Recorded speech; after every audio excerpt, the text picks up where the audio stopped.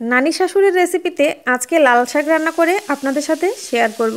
আসসালামু আলাইকুম দর্শক, কেমন আছেন সবাই? আশা করি ভালো আছেন। তো আপনাদের সাথে এমন একটা ভিডিও শেয়ার করব যাতে থাকছে কিছু গুরুত্বপূর্ণ টিপস। আর টিপসগুলো পেয়েছিলাম আমি আমার নানি শাশুড়ির কাছ থেকে, যদিও তিনি আগেরকার দিনের মানুষ, কিন্তু এগুলো কিন্তু বেশ ভালো জানতো। তো আশা করছি ভিডিওটি ভালো লাগবে, আর ভালো লেগে থাকলে লাইক কমেন্টও শেয়ার করে দিবেন।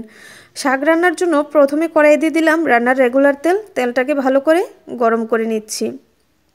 আর আমাদের এলাকায় কিন্তু সবাই কম বেশি সবাই শাক রান্না করে রসুন দিয়ে। তো রসুন দিয়ে কিন্তু আমরা শাকটা খেতে বেশি পছন্দ করি। তো দেখুন, একটি বড় সাইজের রসুনকে ভালো করে কেটে গরম তেলে দিয়ে দিয়েছি। এখন এর সাথে দিয়ে দিচ্ছি দুটো কাঁচামরিচ ভেঙে, আর দিয়ে দিচ্ছি স্বাদমতো লবণ। আমি কিন্তু ওনার কাছ থেকে এই কথাটা শিখেছি। এরপর থেকে কিন্তু আমি বরাবর এভাবে শাক রান্না করি। গরম তেলে নাকি রসুনের সাথে যদি লবণটা দেই, তাহলে নাকি শাকের মধ্যে খুব সুন্দর একটা স্মেল বের হয় এবং শাক নাকি খেতেও বেশ ভালো লাগে। এরপর থেকে কিন্তু আমি ঠিক এরকম করেই শাকটাকে রান্না করি। তো দেখুন, আমি লাল শাকটাকে ভালো করে বেছে আস্ত ধুয়ে পরিষ্কার করে নিয়ে এসেছি। এতে করে কিন্তু লাল শাক রান্নার পর এর পুষ্টিগুণাগুণ ঠিক থাকে।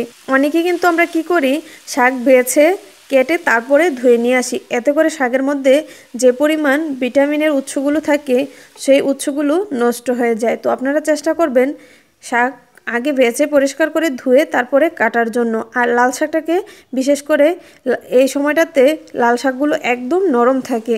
তো এই লাল শাকটাকে চেষ্টা করবেন ঠিক এরকম করে রান্না করার জন্য। এতে করে লাল শাকের মধ্যে থাকা যে খনিজ পদার্থগুলো আছে এবং আয়রনগুলো আছে, এগুলো এর মধ্যে বিদ্যমান থাকবে। কম আঁচে শাকটাকে ঠিক এরকম করে আস্ত করে রান্না করলে শাকের মধ্যে থাকা পুষ্টিগুণ বজায় থাকবে। তো চেষ্টা করবেন ঠিক এরকম করে রান্না করার জন্য। দেখুন, লাল শাকে কিন্তু রয়েছে প্রচুর পরিমাণে পানি।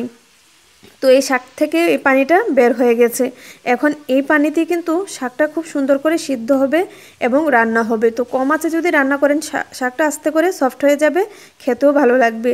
আর একটু ফ্লেভারের জন্য দিয়ে দিচ্ছি উপর থেকে 3টি কাঁচামরিচ, খুব সুন্দর একটা ফ্লেভার বের হবে। আর ডাকনা দিয়ে দিলে আস্তে আস্তে শাকটা সফট হয়ে যাবে এবং আর বেশিক্ষণ সিদ্ধ করতে হবে না। তো দেখুন, এই পর্যায়ে এসে কিন্তু মোটামুটি অনেকটাই শাক থেকে পানি বের হয়েছে।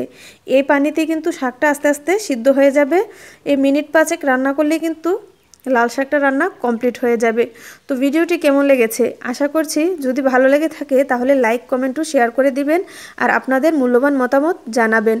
দেখুন কি পরিমাণ পানি এই লাল শাক থেকে বের হয়েছে।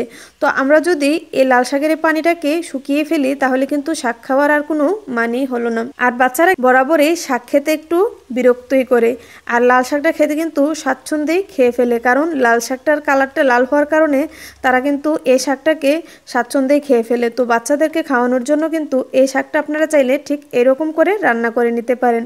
দেখুন একদম সফট হয়ে গেছে আর ঝুলঝুল রয়ে গেছে। তো এরকম করে রান্না করে যদি বাচ্চাদেরকে খাওয়ান, এই শাকটার কিন্তু পুষ্টিগুণটা পুরোপুরি অটুট থাকবে। তো আশা করছি আমার ভিডিওটি ভালো লেগেছে। তো দেখুন, শাকটা কিন্তু এই পর্যায়ে এসে রান্না কমপ্লিট হয়ে গেছে, একদম গলে গেছে চুলা থেকে। এখন কিন্তু চাইলে নামিয়ে নেওয়া যাবে।